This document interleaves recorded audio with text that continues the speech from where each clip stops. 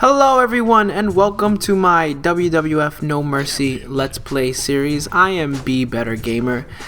Very excited about this episode because this is the final part of my European Championship mode journey, where I try to 100% all the different paths in the European Championship mode, and I will be playing as none other than the British Bulldog.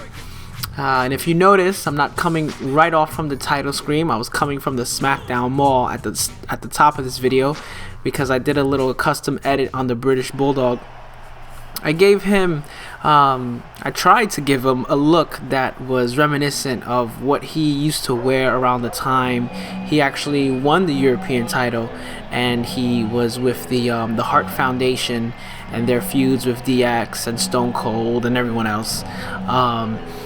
You know, he used to wear like blue and red trunks with the English flag on it, or the flag of England I should say, and all his elbow pads and knee pads and boots were always like white and blue and red, all the different colors of the British flag and the American flag for that matter. But he used to have these great like boots that had like the tassels on it. I used to always love when wrestlers wore boots like that, and British Bulldog was one of the ones that stood out to me the most as a kid growing up with those kinds of boots. So yeah, I mean, I couldn't get it quite exactly. I used like Val Venus's tights, and I gave him the armbands and switched up the colors on the armbands. So I mean, it kind of gives you the idea.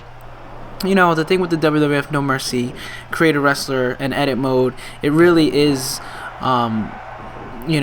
it really is substantial. Like, you can create a lot of wrestlers and make them look completely accurate, but when you have someone like the British Bulldog, whose tights or knee pads, or boots were a little bit more character specific and more complex in terms of design, it's hard to really get them to look exactly like the character. But look at the Triple H model, like, the Triple H is exactly like the DX Triple H, and I did the Triple H European run before this video where I gave him that DX gear, so it's kind of fitting I'm having these two square off,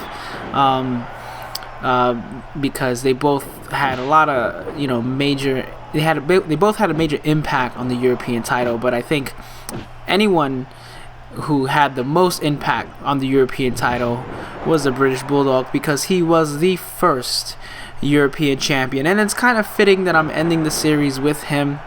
But there's a lot to talk about, and I do have quite a long episode because this is quite a lengthy run. But real quick, if this is your first time joining me, welcome. I do these No Mercy Let's Play videos where I try to do the championship runs right now in No Mercy, and I like to talk about the context of the wrestlers around the time they either won the title or around the time No Mercy was being developed. I'm going to talk about both with British Bulldog in this episode, because his first run was his most significant run, and it occurred before No Mercy came out. But I'm definitely going to talk about what he did during the years leading up to the release of No Mercy. So yeah, the British Bulldog, if you remember way back in the first episode of my European title run, I talked a little bit about the history of the European title, and it was established in 1997 after a tournament that they held in Germany. WWE used to do a lot of pay-per-views in Germany and a lot of shows in Europe. They made a lot of money in Europe when wrestling in America wasn't as profitable as it is now, or definitely even during the Attitude Era, after their winning of or emerging as the winners of the Monday Night War. But definitely when WCW was gaining steam and momentum, the company wasn't in good shape. They weren't making a lot of money, and interest in wrestling was kind of dying down. It was the Attitude Era and the NWO, the whole Monday Night War, that revitalized everyone's interest in wrestling. But before that, it was waning. Ironically, wrestling over in Europe was very strong, so the WWF, they try to capitalize on that, and that's kind of how the European Championship was born, because they were able to give this title to one of the most prestigious wrestlers to come out of Europe, and that was the British Bulldog. he was, the epitome of like a hometown darling. He could do no wrong. And even early on, he had that amazing match with Bret Hart, for the IC championship, and it closed the show. This was a match that main evented a show that Hulk Hogan was on the card, and he was the world champion at the time. So that just showed the significance of the impact that British Bulldog had over there in Europe. So it only made sense when WWE was creating this European title that originally was supposed to be exclusively defended in Europe. British Bulldog was the first one to have it. He won it at the end of a tournament final that aired on Raw, and he took on Owen Hart. Now, him and Owen Hart were the tag team champions at the time, and that was another lengthy run that him and Owen Hart had as tag team champions. In fact, his tag team champion run with Owen Hart was almost as long as the European title run. He held the tag team title for 245 days with Owen Hart, and that was the last longest reigning run that tag team title had, because in 2010 they retired that, the world tag team title for the now current WWE tag team title. Again, I don't really know why they did that, or why they even changed the names, or why they had these two titles, but the reign of Owen Hart and British Bulldog, that was the longest reign that was established before the title was retired. So that was a whole 13 years no one beat that streak after Owen Hart and British Bulldog. And the European championship reign that British Bulldog had himself was pretty historic, because not only was he the first champion, but he holds the record for the longest individual reign with that first reign of 206 days, and then the longest combined reign, altogether a total of 253 days. He held the European title twice. His second run wasn't that long. He only held it for about 47 days. But even if he never had that second run, he still would have been the longest. He still would have had the longest individual reign, and even the longest combined total of days as champion, because no other European title holder held the title more than 206 days, let alone 253 days altogether. So British Bulldog is obviously, one of the most successful European champions, if not the, successful European champion in a way, because he held it at a time when it really did, or at least it was supposed to mean something. And I've talked about this at great length in all my other episodes. I don't get tired of talking about it. I hope you don't get tired of hearing about it. I think it creates a very healthy discussion about the importance of belts. And if you look at belts today and how long they're held and what they mean, are they just being used as a prop, or are they being used to actually mean something so that the wrestlers have something to fight for and the audience have something to believe in? The European title was supposed to be that. It was supposed to be a serious contender, title, and up there with the IC title. But you can't have two second tier titles. You have to have a first tier, a second tier, and a third, fourth, fifth, whatever. You can't have you can't have two top championships. So what makes you think you can have two middle tier championships? And unfortunately, right after British Bulldog's reign, the European title kind of never recovered. I will always say that Eddie Guerrero's European title run was probably my favorite. But I really was excited when the British Bulldog had the European title as a kid, because British Bulldog is one of those wrestlers as a kid I really enjoyed. And then as I got older, my interest in him, I look back at it with a different lens, if you will. And that's only because I know so much more now than I did as a kid. As a kid, you idolize your heroes.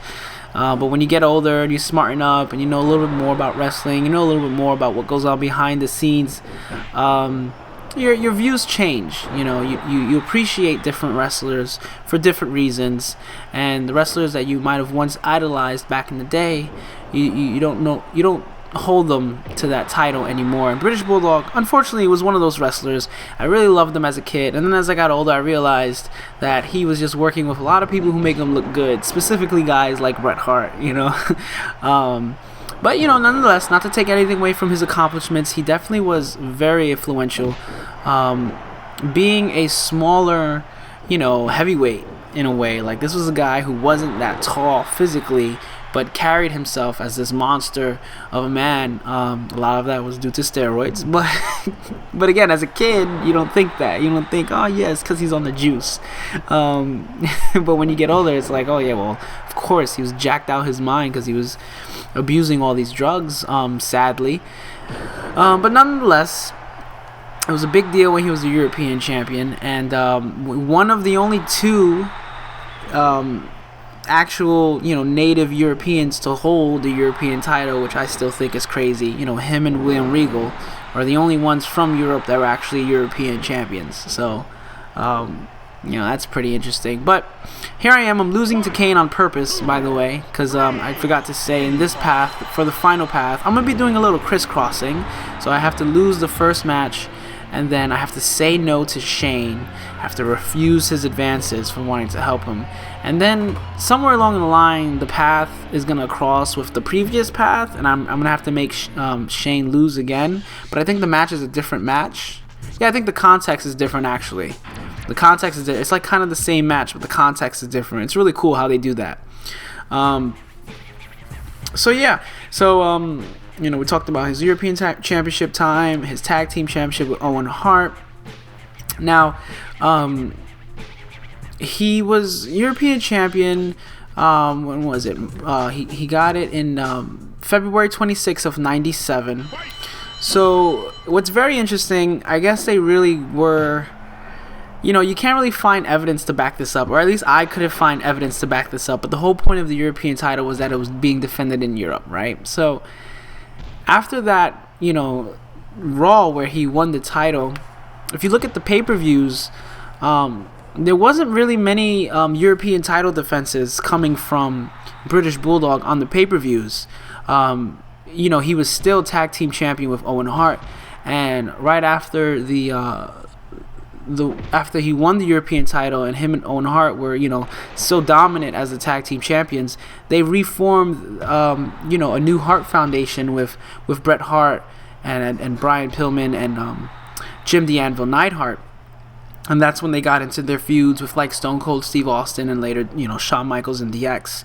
But right after he won the European title, the first pay-per-view where he shows up as European champion, he wrestles in a tag team match with Owen Hart, where they defend their championship against Mankind and Vader, and that ended in a tag team in a double count out. The next pay-per-view was In Your House, Revenge of the Taker, which is such a funny name for a pay-per-view. April 27th, 1997. The Legion of Doom defeated Owen Hart and British Bulldog, but by disqualification, so they didn't actually lose their titles. Then the next pay-per-view after that, Cold Day in Hell, May 11th, 1997. Legion of Doom once again defeated Owen Hart and the British Bulldog, but this was a dark match. So they had a rematch at the following pay-per-view, but it was actually recorded, I think, before the pay-per-view. So, those were called dark matches. Later on, you would call them like Sunday Night Heat tapings, or like nowadays main event tapings and things like that. So yeah, that's already 3 tag team matches. King of the Ring, there was a big Hart Foundation 6-man tag.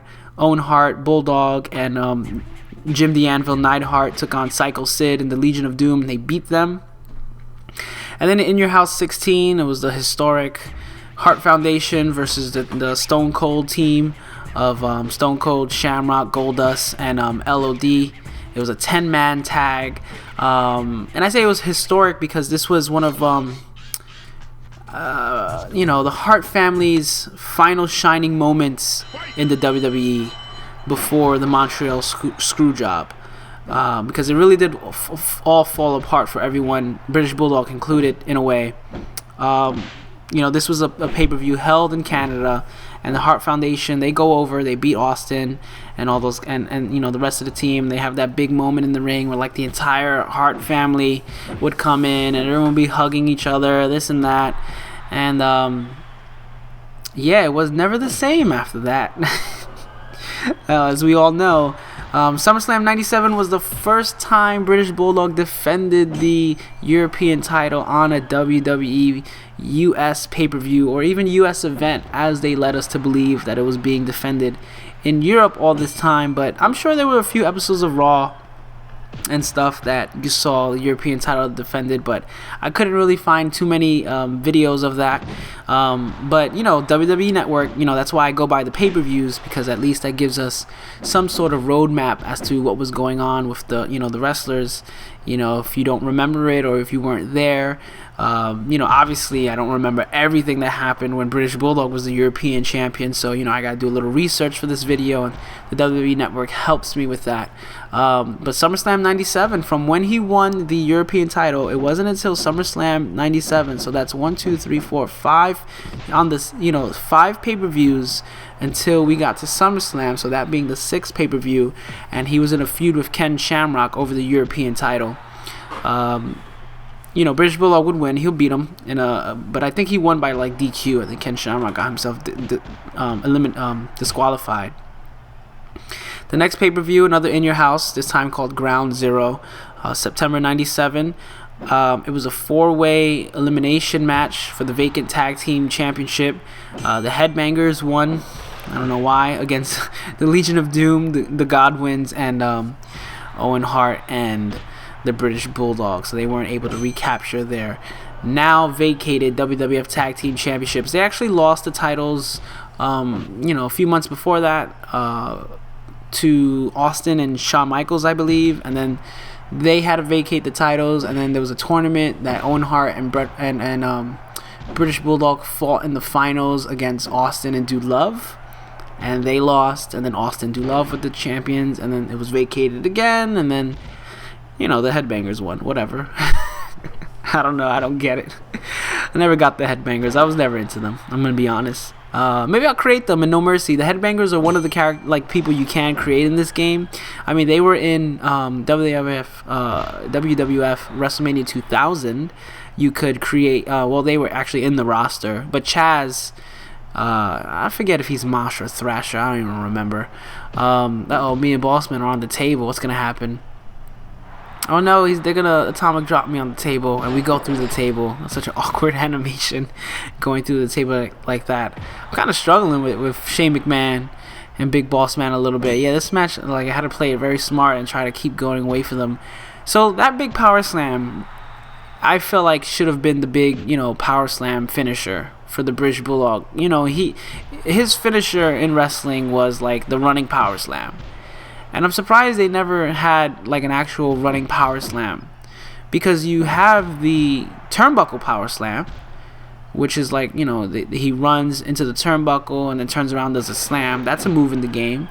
And then they have that big power slam that I believe was introduced in No Mercy, but they gave him as his finisher. They gave him the regular spinning power slam. And I was very surprised they never animated an actual running power slam for him, because I felt like they could have very easily maybe animated that. I don't know, just pick him up, run, and then slam.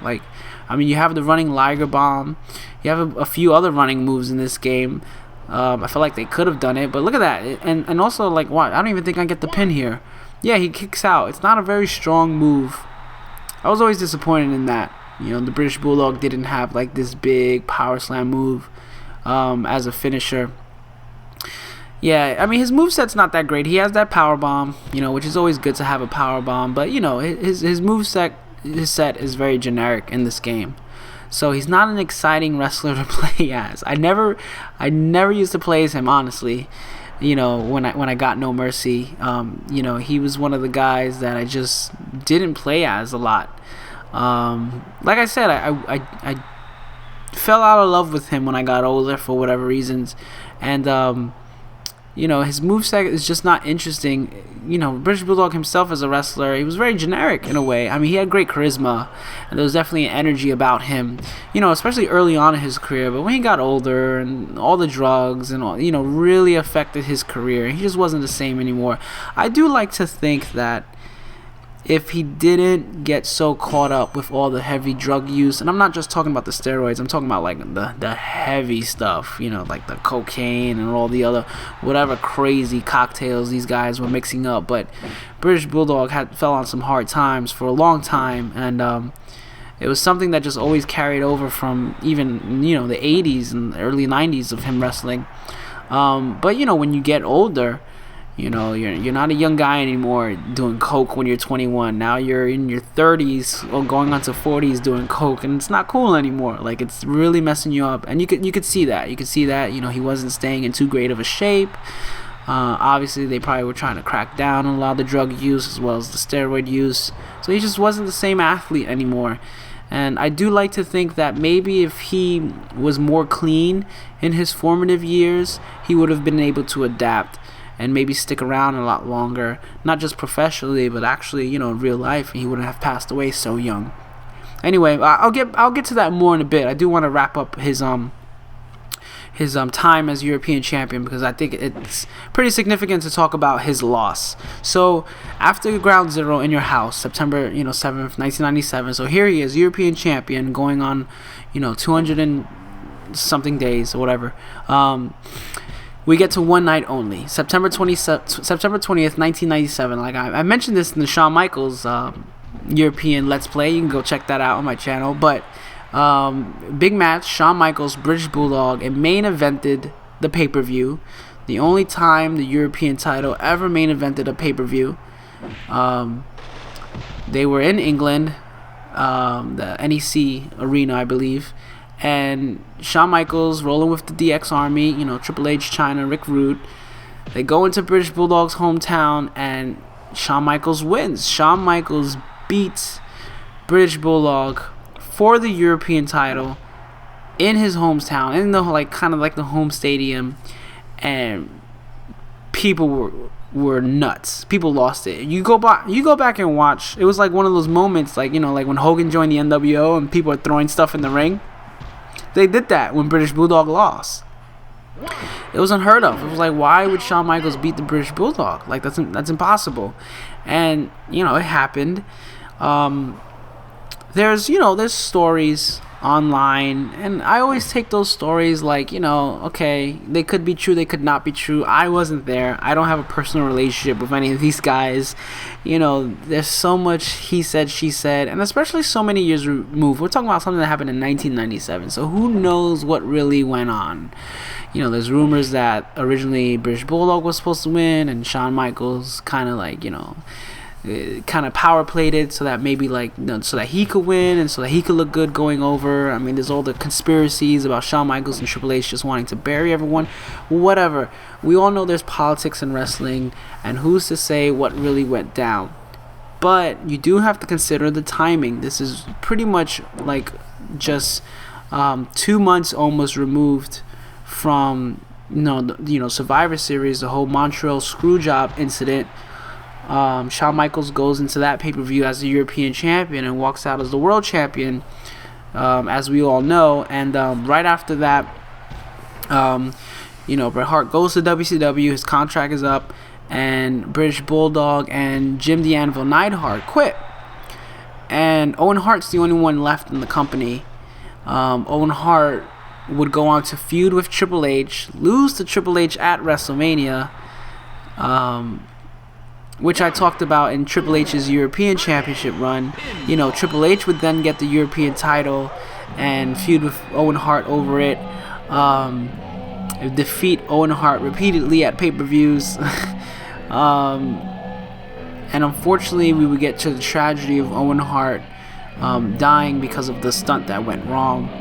By that time, he wasn't feuding with Triple H anymore. He was rolling with Jeff Jarrett, but it is interesting to see how it all spiraled out of control, and you just have to wonder if it's kind of like the dismantling of the legacy of the Hart Foundation before Owen Hart's death, whether or not it was completely 100% true or partially true. I mean, there's always some sort of truth in things, regardless whether or not if it's 100% true or not.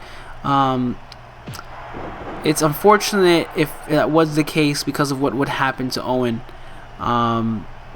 And to see the British Bulldog get caught up in it, to see guys like Jim Anvil Neidhart, and Bret Hart all get caught up in this, and it leaves a taint on the legacy. So as great as it was to see British Bulldog come in as the European champion and sort of start this, belt on the right foot with so much momentum, and to give that, Hart Foundation stable, one of the members with a belt, it kind of ends on a whimper, him losing to Shawn Michaels and then shortly quitting the WWF because of what happens with Bret Hart. So very interesting to see how that all played out, and to look back on it, and just to think, if how things could have been different, would have been different, should have been different, but you can't live in the past, and all we could do is just look back from it and learn from it, and hope they're not doing the same things now to guys. You know what I mean? Hopefully all these guys have learned from their mistakes and are able to move on, because British Bulldog never really recovered after that, as well as a lot of those guys. After that he went to WCW for a little bit, bounced around, and that's why we got him in Revenge. British Bulldog is in WCW NWO Revenge, him and Neidhart. So if there's one positive of British Bulldog going to WCW, is he would appear in Revenge. He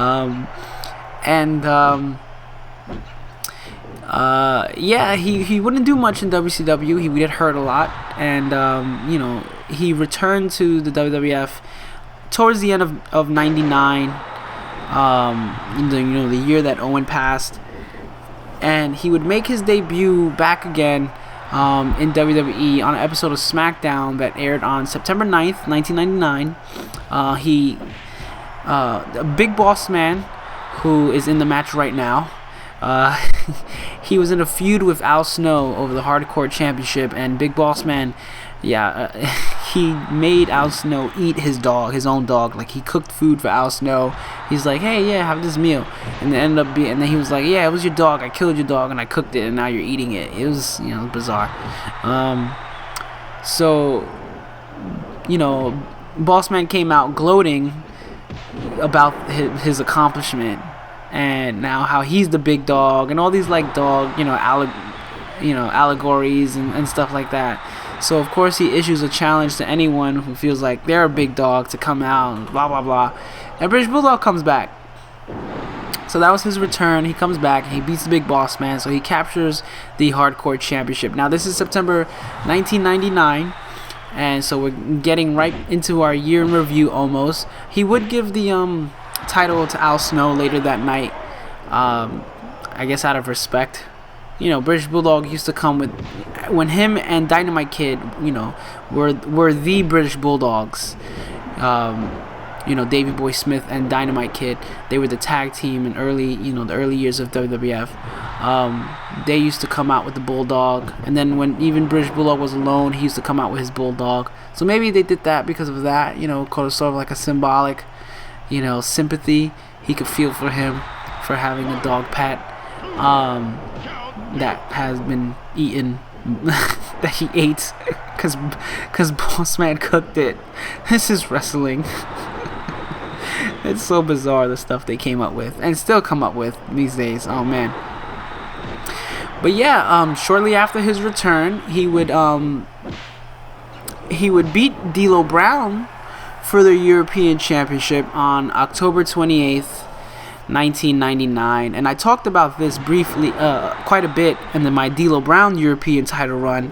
Again, the circumstances around D'Lo Brown losing the European title, I feel like it was somehow connected with what happened with Droz, and British Bulldog just came back into the organization right away, gets the European title. I don't think it's because of that's what they wanted to push him, but he did get it kind of out of circumstance. So he did have a brief little feud for the world title when British Bulldog came back, and that to me tells me that they did kind of maybe want to put British Bulldog in the world title picture. But as we're about to find out, British Bulldog wasn't in the best state. He wasn't in the best condition. He still had a painful drug habit. and it was very taxing on his body and his mental state, and probably also for, you know, the WWE guys backstage. And that world title push didn't last for long. He had a brief feud with The Rock, and then after that he would beat D'Lo Brown for the title, but he would only hold it briefly before losing to Val Venus at Armageddon. So that brings us into our year in review. So if we look at November of '99 to November of 2000, you know, a month after WrestleMania 2000 was released, and up until the month that No Mercy was released, you know, I mentioned this in the Val Venus Let's Play. He was in that Survivor Series match. It was Val Venus, Mark Henry, Gangrel, Steve Blackman. They beat the Bulldog and the Mean Street Posse. And then in Armageddon, the feud with Val Venus continues. He wins the European title. He loses the European title to Val Venus, and D'Lo Brown was in that match as well. And then British Bulldog is in the Royal Rumble, January 2000, number 11, no big deal, he didn't win. And then we don't see British Bulldog at all.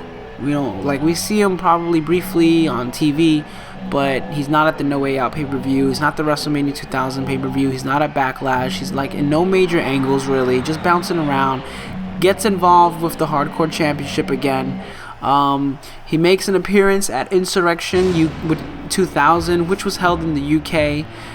So it's only fitting that they bring the British Bulldog on, and, you know, surprise, surprise, he wins the Hardcore Championship in the UK, beats Crash Holly, but a week later he would lose it to Crash Holly on an episode of SmackDown. While he's having a match with Hardcore Holly, Crash Holly interferes and pins him. It was during the whole 24/7 Hardcore Championship rules. Judgment Day, the next pay-per-view, British Bulldog takes on Joey Abs for a Sunday Night Heat taping, and then I think it's just a few more Sunday Night Heat tapings, and British Bulldog is gone for the rest of the year. So, you look at a guy who came into the Federation, or came back to the Federation, in October, end of October, alright? So, boom, October 31st, WrestleMania 2000 was released. So, obviously, the developers are working on No Mercy.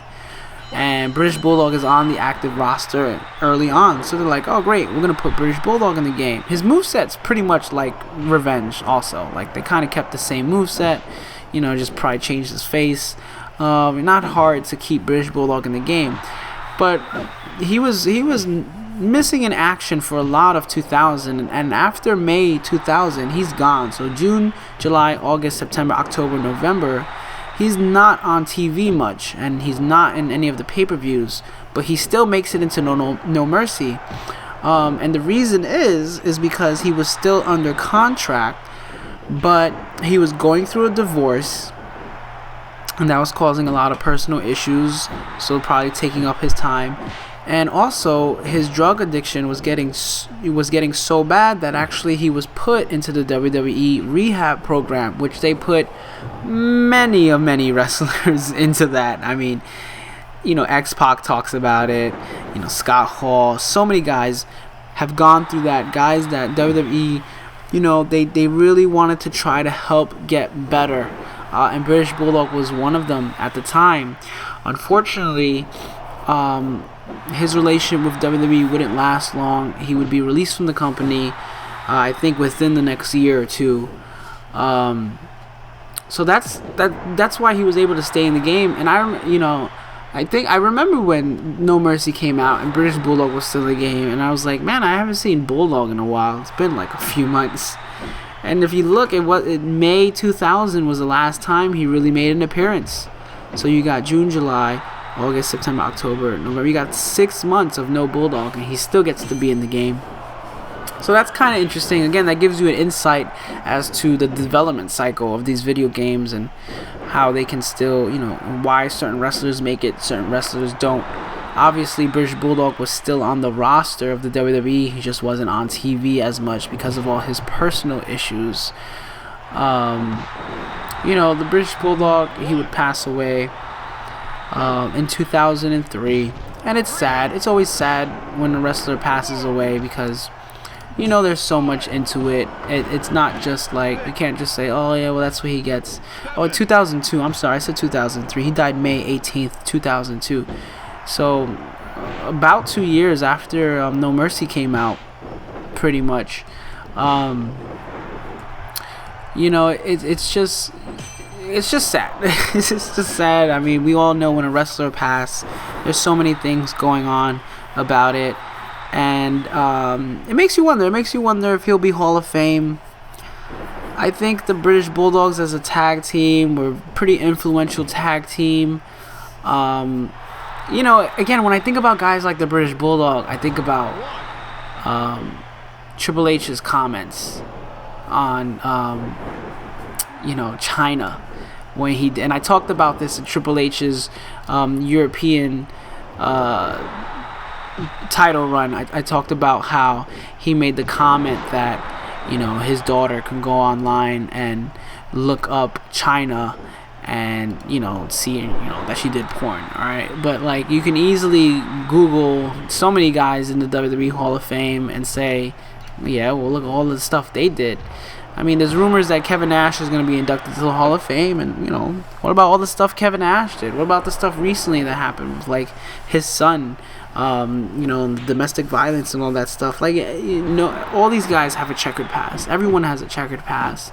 So when do you draw the line to say, oh, so and so can't enter in this Hall of Fame of wrestlers where everything's scripted because of their personal life?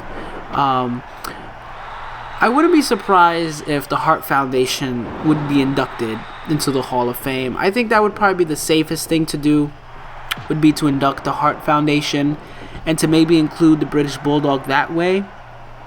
I don't know if the British Bulldog will ever be inducted on his own as an individual or even as a team with the British Bulldogs, him and Dynamite Kid. I don't know. I mean, I wouldn't be disappointed. I wouldn't be shocked if they were. I think there definitely was British Bulldog was so over at a time that and he helped really draw in that European audience to the WWF. He did have an important legacy. It's kind of forgotten now. I doubt there's a lot of younger people who really remember a lot of the early British Bulldog stuff. And if you really think about it, he always was just like sort of a side player to a lot of the major feuds. The focus was always Bret Hart. I think people probably more remember Brian Pillman, even though he was only briefly a part of the Hart Foundation. But I think people probably remember more of what Brian Pillman did in the Hart Foundation. His whole thing with Stone Cold, and the house and the gun and all that stuff.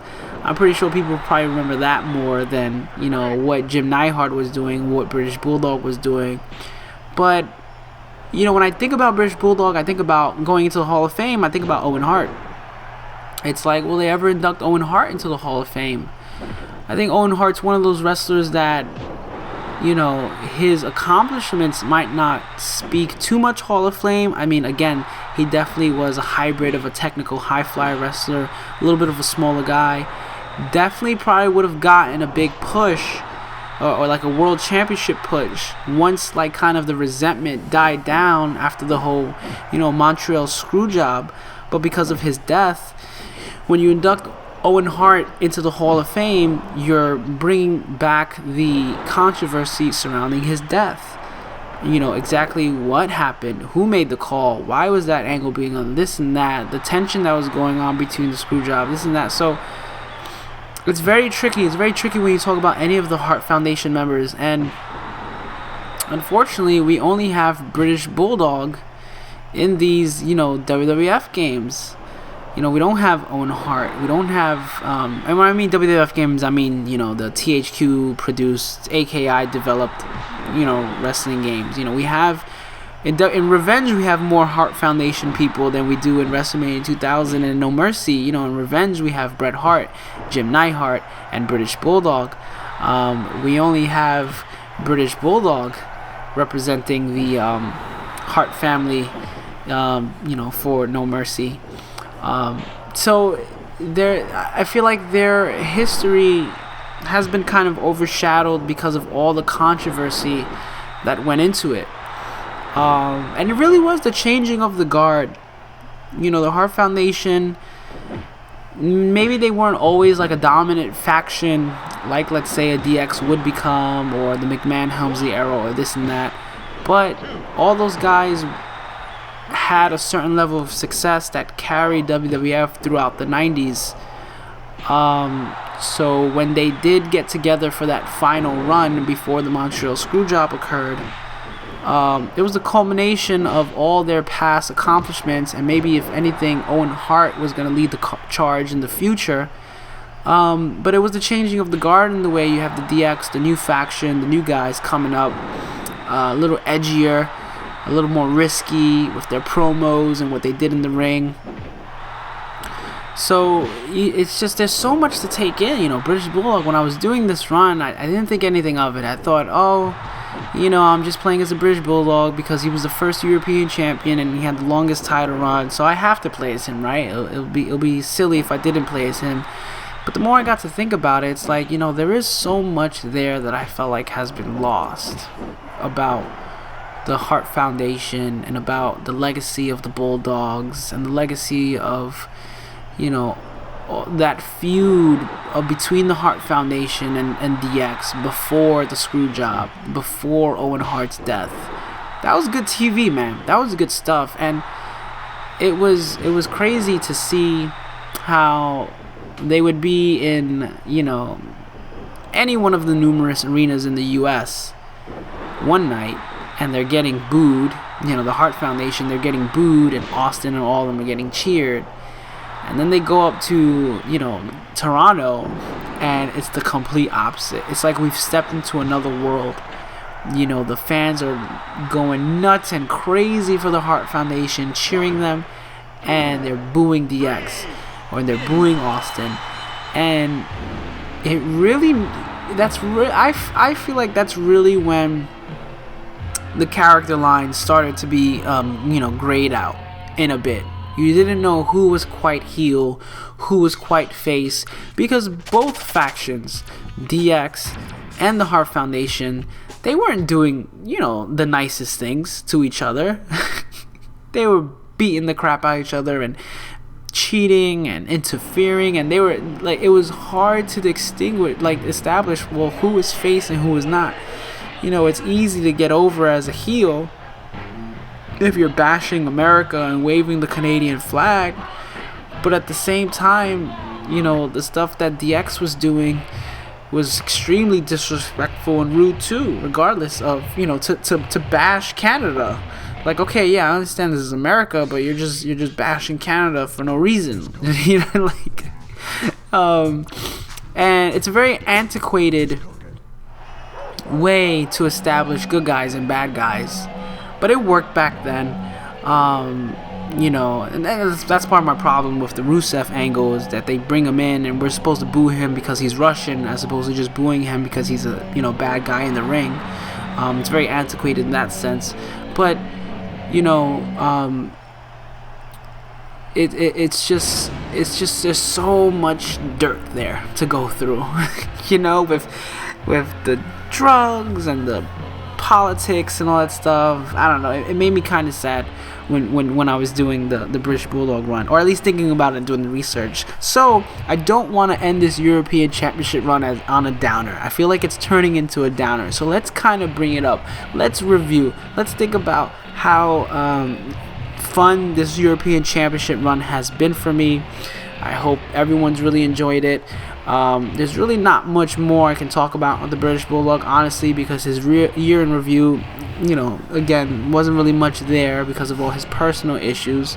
So I do want to talk about kind of the future of my Let's Play, series, what I plan on doing. So I'm in another hard tag team match. I don't know why Kane is in all these European title feuds. He never held the European title, and he's like in all these things. I don't get it. I love WWF No Mercy. It's one of my favorite games of all time, but I gotta be honest, it is not that hard. I'm playing on the expert difficulty, and I felt this way back then 15 years ago, and 15 years later I still feel this game. WWF No Mercy is not a hard game. now that I've been kind of getting into a groove with doing these recordings for these videos, I want to revisit my WCW NWO Revenge series. I uploaded a whole bunch of playthroughs of just playthroughs. It's just me going through the championship modes with various wrestlers, and I'm still getting comments on a lot of those, even though there's no commentary, there's no anything on it, because the matches are very engaging to watch. And if you're a fan of the No Mercy engine, I feel like you appreciate it on a whole nother level. But also, I think in terms of just exciting, match excitement, those matches are much more exciting. I mean, it gets kind of exciting here in the WWF No Mercy videos, but I guess maybe because I'm so biased, because I know at the end of the day, I'm never in any real danger to lose these matches. Like, even now, I'm watching myself getting beat up by Farouk, and I'm like, nah, I'm just going to end up winning it. You know what I mean? Whereas Revenge, when I play Revenge, the AI is kind of broken, so it creates a very intense atmosphere even when I play it, because I don't know if I'm going to win that match. I have to definitely play it, on my A game and not make too many mistakes, because if I do, the computer's going to capitalize. You can get away with so much in WWF No Mercy and still pull out the winner of the match. It's very hard to lose in WWF No Mercy, and I get a little embarrassed when I do lose. Because don't get me wrong, I'll lose sometimes. Like, I'll get overwhelmed in a handicap match, or definitely a cage match I'll lose because they can climb the cage so easily. But I wanna go do some more WCW NWO Revenge videos, because with the WWE Network, I wanna kind of like create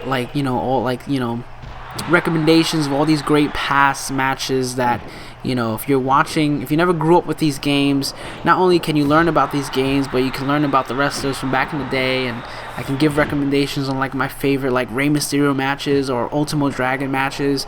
And besides, a lot of those guys, that's the only time you get to play as them in those games.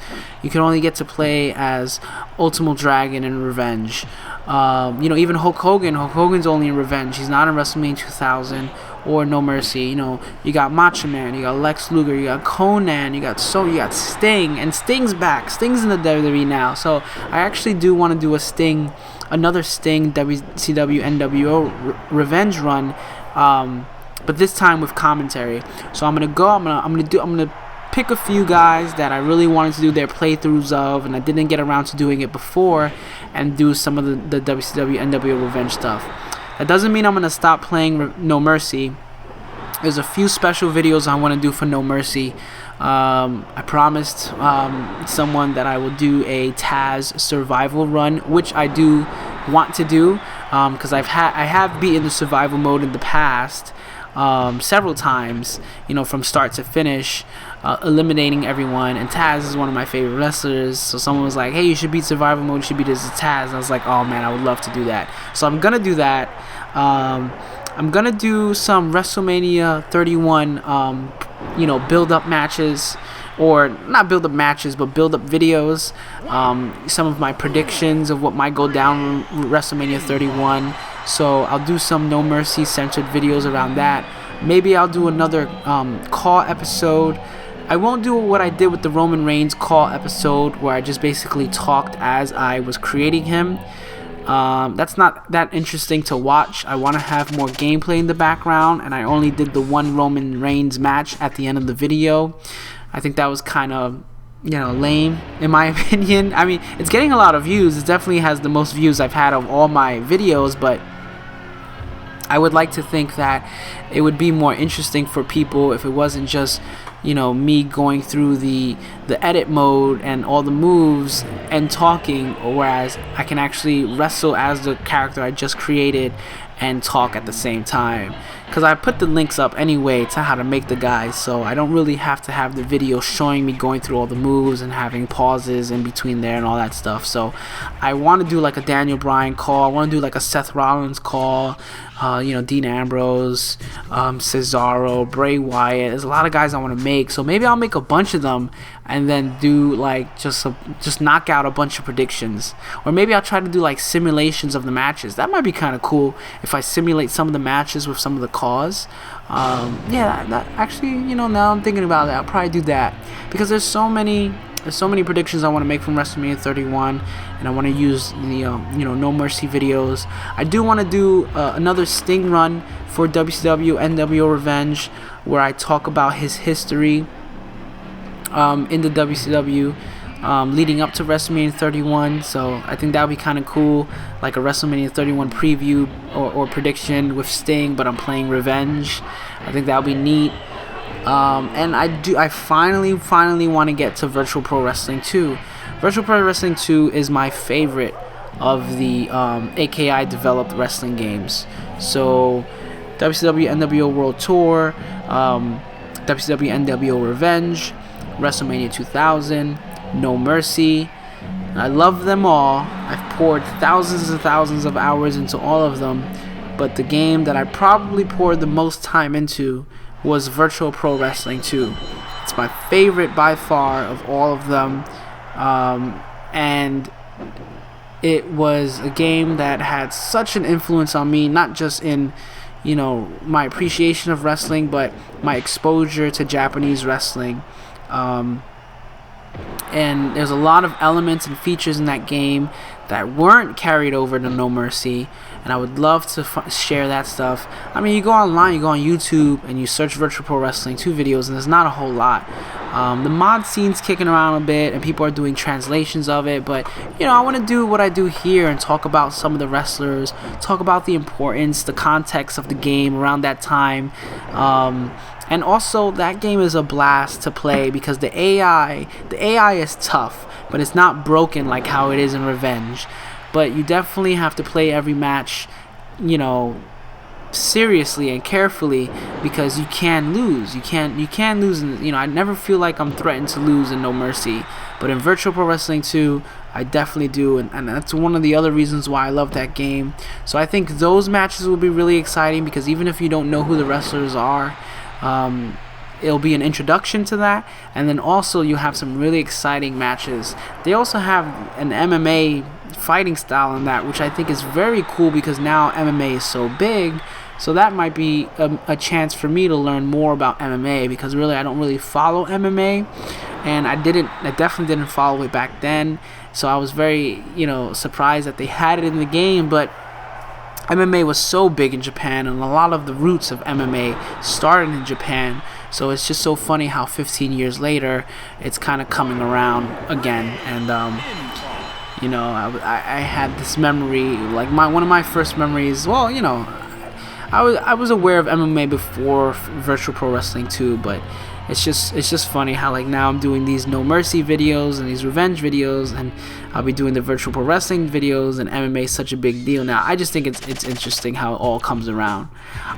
So yeah, that's some of my plans doing these videos. I'm gonna try to put out a lot more of these videos more often.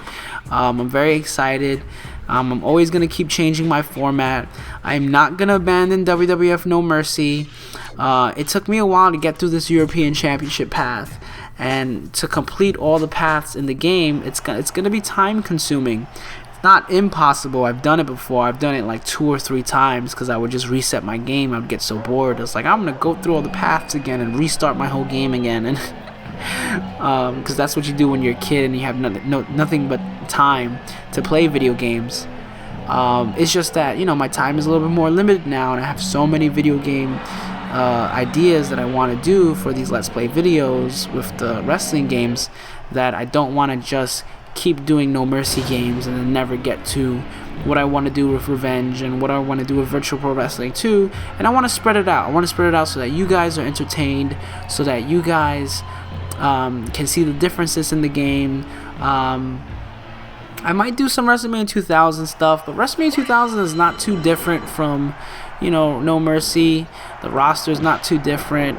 There's definitely more features in No Mercy, so I don't know if I'll do some WrestleMania 2000 stuff. Maybe I will. Maybe I'll revisit some of the older angles in WWE, like early Attitude Era, and talk about them while I play WrestleMania 2000. But I don't think I'll do like the Road to WrestleMania because it's pretty generic. And plus, the Virtual Pro Wrestling 2 has the kind of like their own Road to WrestleMania. And I like that one a little bit better because there's more unlockables in that one. So it forces you to go through it multiple times with different wrestlers, because not only do you unlock new wrestlers by going through that road to WrestleMania. It's called Royal Road Succession in that one. But you unlock various costumes and outfits, which you can then use on the actual wrestlers. Because with the Japanese wrestling games, they had a lot of quote unquote fake wrestlers in it, because to avoid copyright. So like, for example, Great Muta's in the game, but he's not really called Great Muta, and his outfit doesn't make him look like Great Muta, but his body weight and his size and his move sets and his taunts, everything else is Great Muta. It's just that he doesn't look like Great Muta and his name isn't Great Muta. But since you can edit it and they put all his actual attire in the game, you can still create the Great Muta. So that's really cool. So that's what I like about that game, and that's what I like about the their version of Road to WrestleMania, because you can unlock all that stuff. So it'll be kind of like how I do the No Mercy Championship paths. Maybe when I do those Royal Road Succession paths, I will talk about the wrestlers, history and like their year in review, and if they're still around, or their success with certain titles and things like that. I'm very excited about it. Wrapping up this European title video with Kane. Kane's not that hard to beat in this game. The big red machine, such a beast, but I never really have much trouble with him. As I say, as I'm getting beat up by him right now. But again, I never really get too worried when I face the computer in these games, because it's kind of easy to make a comeback. Like right now, so he's all the way in red, so I counter grapple, right? So let's see how I get out of this. Let's see how quickly I can turn this around. Let's look at the time. It's 2:36. All right, give him a low blow. I give him that running grapple really does help you to turn things around, because it's very hard, or at least the computer doesn't counter it as often as, like, let's say if you're playing against a human opponent. For some reason they just don't counter that one as much, so it's a very good recover move to go after. The strong grapple and running grapple kind of combo is very useful. But look right now, look, our meter is already coming back to middle, just because I've managed to just create some space, hit him with a few strong attacks, and do some weak B grapples, and he's already down. If this was WCW NW Revenge and his meter was in the orange, you better believe he would be having a special right now and putting it on me. But just to wear him down some more. So just a minute later, the tide is already turning. I put him in the armbar. I'm gonna Irish whip him. I was gonna go for a grapple, counter the A grapple. So to counter grapples, you just grapple. That's a little secret feature that they don't tell you about, and I actually didn't discover until probably Virtual Pro Wrestling 2. But it was always in the game. You could do it since Revenge, but I never knew about it. I played through Revenge, I played through WrestleMania 2000, and it wasn't, and I played World Tour, but it wasn't until I got to Virtual Pro Wrestling 2 that one day I was wrestling and I accidentally did the counter grapple, and I was like, wait, how did I do that? And I got really good at it, and my friend who I used to play these games with all the time wasn't so great at it. So out of fairness, we both agreed that we wouldn't do counter grapples, because counter grapples are so beneficial. I mean, the fact that you can counter someone into a grapple of your own, like if they do a strong grapple, because if you do a strong grapple you hold A, but in order to counter it you can just tap the grapple, and then right away you can do one of your own strong grapples. So here I go for his special, because I'm thinking it's maybe like the running power slam, but it's not the running turnbuckle power slam.